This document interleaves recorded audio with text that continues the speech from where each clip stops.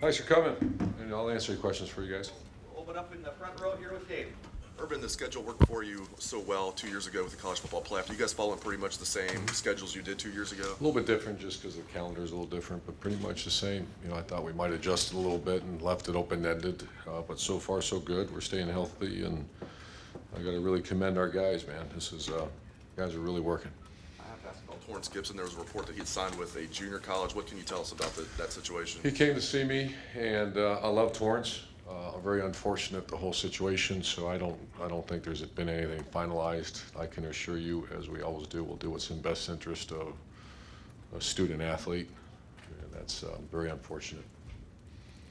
Front row right here, Austin. Herman, I know you congratulated Luke on his new job. When those things come to be and then you work through the months and you're just trying to double dip, how much of a challenge is that going to be for Luke in the next couple of weeks? I would say for Luke, like Danny Mullen, like Tom Herman, I've had others do that, and I did it. I remember I was an assistant at Notre Dame, and they were good enough to let me finish the job and then go to Bowling Green. So as long as you're professional, we put together a calendar, and this much time's committed to the most important people, and that's our players that got us to the playoff. And then obviously he's got a very big job ahead of him. The good thing is the recruiting calendar is very user-friendly for right now for what's going on. So the urgency is, and it's only an hour and a half away, have been a problem if it's San Diego or something. So, and Luke's a pro. How has your relationship with him changed, developed over the last, because it seemed like the first couple of years it wasn't maybe the greatest coaching relationship in the world? I'd like to hear Luke on that one. I'm going to give you my perspective that I did not want to keep him when I first got here. I met him a few times, very good gentleman and nice guy, and then our meeting went over the top, and I had a lot of respect for him and his beautiful family, and then we weren't very good on defense for a couple of years, and that stressed things just a touch around here. But one of the greatest things I've ever done was keep Luke Fickell, and he's a loyal, good man, and a guy that's a very good friend of mine, and we'll be very close for a long time. Second row right, Dave. Now he'll come back and say, no. Urban, your kicker Tyler Durbin had a great year, got a little rattled in the Michigan game. Did you guys have to lift him up at all, and how confident are you kind of going into the next big situation here? I'm not the best lifted up guy there is. I do love him. He's a guy that will be our kicker in the playoff game, and a guy that's got all the talent in the world, and he did. He missed 2 of them, and so, but he did come back and hit the one to get us there, and so he'll be fine. We just gotta, in our own way, lift him up. Looking back on that, was that clearly nerves to you? Yeah. I mean, nerves. It looked, everything was, the ball was down, and didn't get too much into it. You know, I've learned a long time ago, if I trust the guys are doing their job, I don't micromanage that operation, and you're dealing with Cam, who's the kind of the boss of that group, Cam Johnston. So they'll be fine. Front row, Bill. I know you must have contingency plans for what's going to happen post-Luke. Can you shed any light on Kerry's expanded role when Greg Schiano will be the defensive coordinator? I'm not finalized with all that yet. I can tell you that Kerry Combs will be expanded in the pass defense department. He's earned that right. With an even more expanded role by Greg, he needs that. And what's going to happen down the road, I haven't made any decisions yet. I'm sorry, Eric, I don't know. Where's Eric? Right here. There you go, my bad. Third row left, Eric. We saw Malcolm Pridgeon got his black stripe off. Malcolm Pridgeon, we saw he yeah. got his black stripe off, and I think he said like I'm healthy. You know, what kind of is his status in terms of? He's going to be a very good player here. He's not prepared to play. He's practicing with us, just individual, not scout work yet, but he's just a guy that we all love to death. He's done over and above beyond what we asked, getting ready, so that's why we did that. He has 2 years left though, so he'll play for us. Front row left, Mitch. So many times down the stretch this year, you seem to give the ball to JT with the game on the line. Did that become a conscious decision for you? You know, this is season on the line, game on the line, let's give it to JT, let's, Well, there's a couple of reasons why. Number one, you equate numbers a lot of times with the Q run. I've always been that guy to give it to my best player in those situations. Sometimes it works, sometimes it doesn't. Braxton Miller was that guy. Tim Tebow was that guy. Zeke Elliott was that guy. Mike Weber on a fourth down, we gave it to him. So there's two reasons. It's not just the fact it's him. It's the Q runs are hard to defend, and we're facing that as we get ready for Watson. So there's two reasons. Number one, and the most important, is JT. I know one thing about JT: if it's a chance, he'll get it. And number two is just the way numbers work out in offensive football. Third row middle there, Nick? Yeah, when you look at Clemson, you can see them on defense in the same game. They almost look like a different defense because they're so multiple. How do you prepare for that on Hard. offense? Yeah, there's three different defenses we're going to face, and they're very game plan specific. So usually in the first two series of the game, you'll see what you're going to get for, but they're very multiple and very unorthodox about when it's called. For example, in first down, normally it's run defense, sink an extra guy in a hat.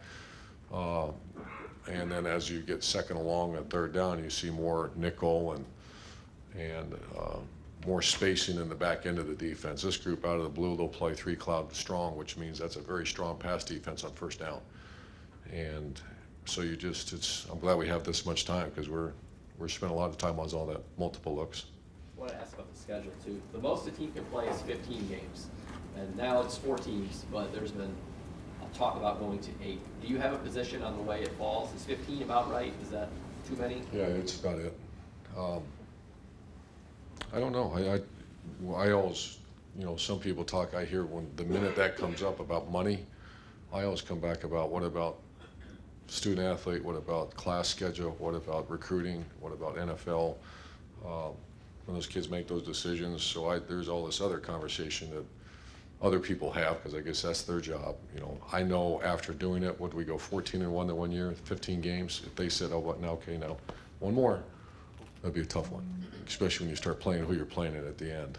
That was a championship game, Sugar Bowl, national title game. That'd be tough to tap on and sort of say, by the way, go one more. So I think the whole college model would have to change. The schedule, the scholarship limits, and certainly the calendar. There's no chance you can, finals or the classes start on championship day, I think. I remember a couple of our kids got unexcused absences when we beat Oregon. I was confused about that, but we worked it out all right. Far left, Matt? This is also a bowl trip, yet it's your most important game, national semifinal. How do you want these guys to have fun, or how do you handle it when you get to Arizona and you're prepping for such an important game against the team? We have a pretty good system. We do have fun, and it's what's everyone's definition of fun. If that means go act like a fool and drink and do stupid things, that's not our fun. If we have fun and practice and lighten things up once in a while, but the best fun is to go find a way to win a game, and that's a good thing. The culture here is very strong, and JT Barrett's his best way to have fun is be prepared for that game.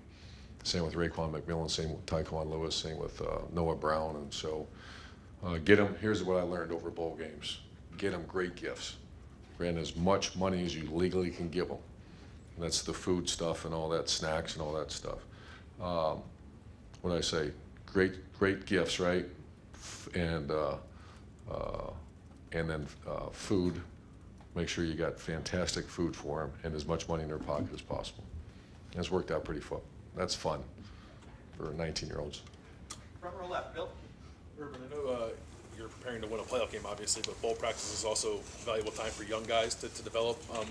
In your mind, are there openings for young guys who maybe haven't had big roles to earn them? Or Yeah, most of our young guys are playing. It's a little different team. The 2014 team, or even last year's team, it was an opportunity because there are a lot of veterans. This is the young guys are playing. So we're not, like I usually take 15 minutes after practice and keep the young players out.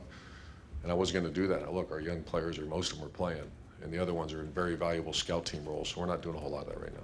And then Curtis, I think, has the most receptions of an Ohio State receiver in like the last 20 years. In your mind, like, was he going to be that heavily involved in the pass catching game, or is that just sort of a development of? We got to change that. We're going to really in the off season. We're going to become a good throwing team and spend it. I mean, we're good now, efficiency wise. I want to. We're going to really start expanding that, and I'm going to work hard at it. But yeah, I think Curtis is an exceptional receiver. Front row left, Doug. Herman, you have a lot of experience bringing in really highly rated recruits. And I think maybe sometimes when you bring them in and they do well, they just meet expectations. I'm getting to Rayquan. For him to come in as what he was, he plays an important role in a national championship team as a freshman. We see what he's done the last 2 years. Maybe you expected it, but just a path like that for a kid like that, how is Rayquan McMillan just sort of taking care of business during these times? Probably one of the top 2 or 3 I've ever been around.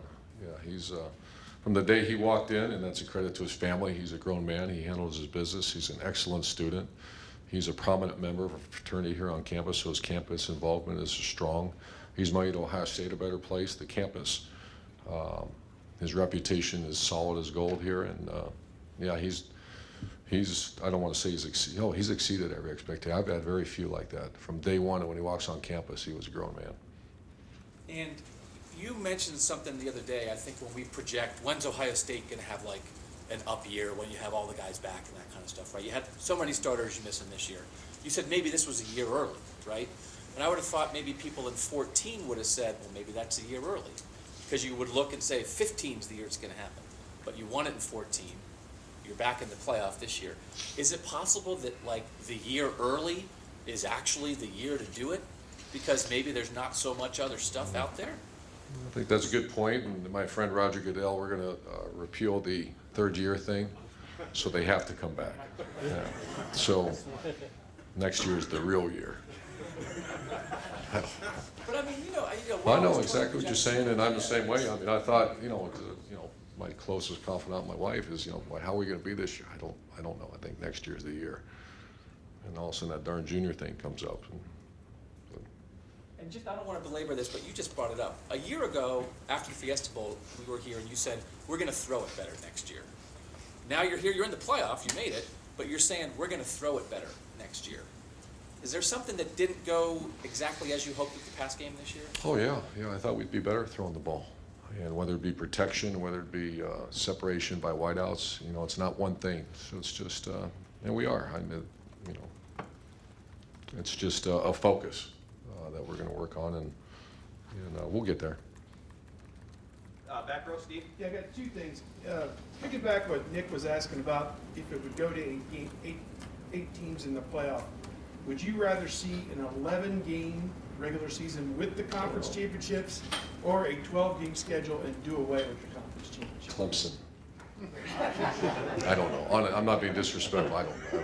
Well, 12 would benefit everybody. And if I do say something, then I'll be upfront. I haven't given any thought. Okay, well, we'll scrap that idea. Something that applies to Clemson.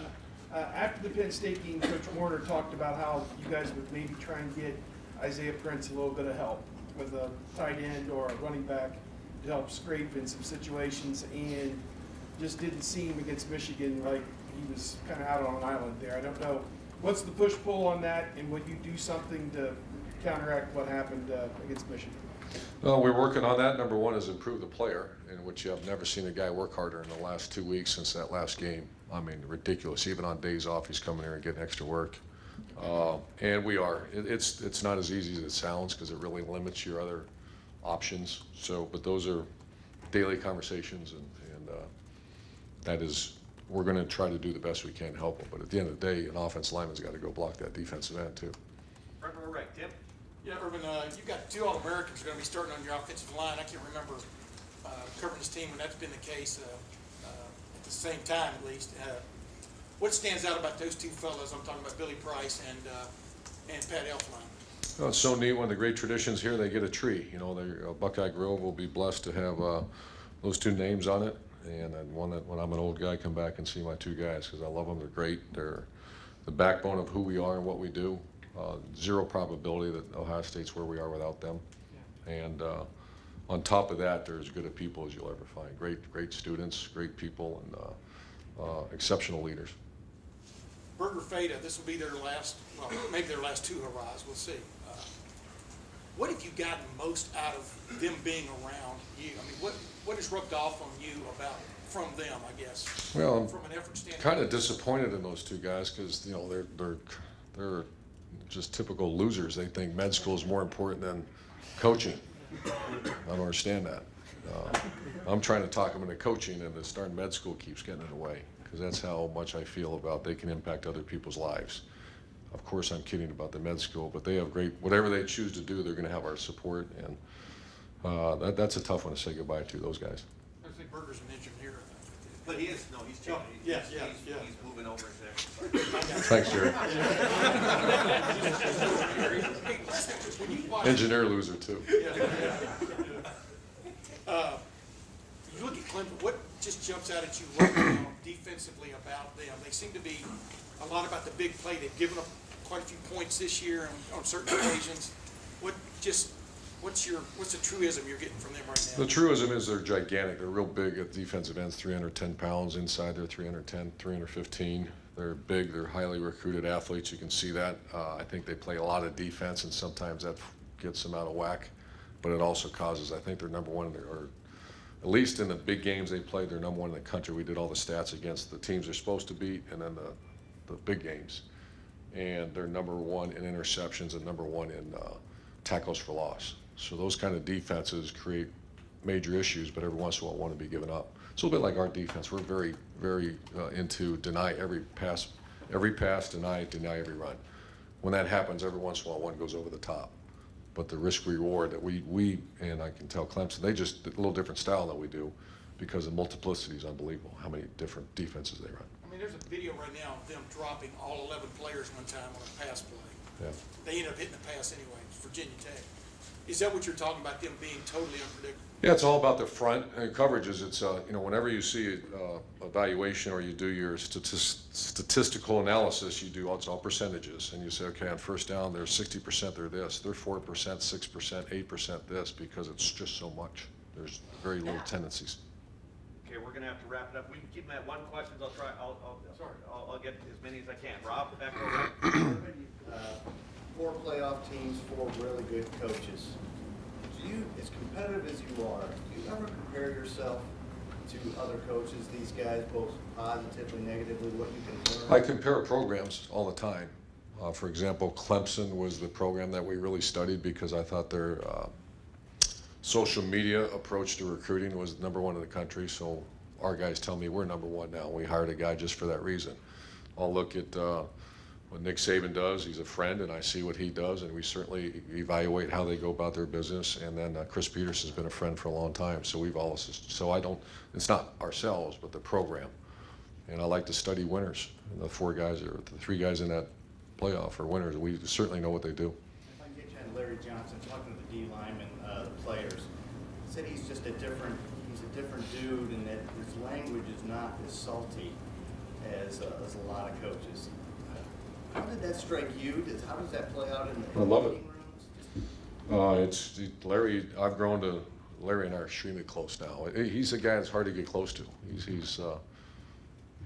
lives his life in such a private manner. He's got a wonderful family, and his players love him to death. And I see our defense line get better in recruiting. So he's a very valuable member. And the whole thing about language, you know, I admire him.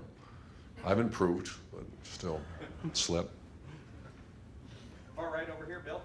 Herman, you said you stressed no turnover so much, and you said years ago when you first came here, you have to play great defense. How do you do that? You don't turn the ball over.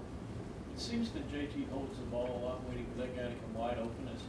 Is that part of coverage stacks? Is that something that he does, you think? I think that's that's a blessing and a curse that you sometimes are a little late with a throw because, you know, the one thing you'll never hear about our quarterbacks is they're gunslingers, you know, they're kind of risk takers, and we just don't do that. That's not the plan to win, and that's not how we just operate. So he does, but that also makes him one of the most efficient passers in college football. His TD to interception ratio will go down in history as one of the great ones. Does that mean every once in a while maybe a little late with the ball? I see it as well, and all you do is try to coach through that. Second row right, Marlon. I just wonder, what does Noah Brown have to do or the offense have to do for him to recapture that Oklahoma magic? Well, we have to target him a little bit more, and he's got to separate a little bit better, and we got to protect the quarterback. It's not one thing, or we fix the one thing. Noah's about back full speed from his injury now. He's really done it. That was a tough injury, and but it's not just him. It's fine. Last couple, Todd? Why do you think these young guys you have on this team have adapted so well so quickly here? Is it something about young guys coming into college now, or are they more prepared in general to know what to expect, or do you think this group is still a little special in terms of how they? We actually put that on the board. Where do we think they'll, for example, a kid from a St. Xavier, a kid from Dayton Wayne, I'm just thinking off the top of my head, the top programs in the state, St. Thomas down in Florida, John Bosco out in California, the Jersey school. Sometimes you're getting that kid that's darn near ready to play because he's so well coached in high school. The other kids take 2 years. So obviously if you have a chance to take a guy from an elite program versus an average program, you'll probably take the guy from the elite because he'll play faster. The other opposite of that's true. You take a young man from maybe a place that he's out of position, this and that, and his ceiling might be higher. So those are all conversations we have, and we kind of hit it right because a lot of these kids were ready to play when we got them.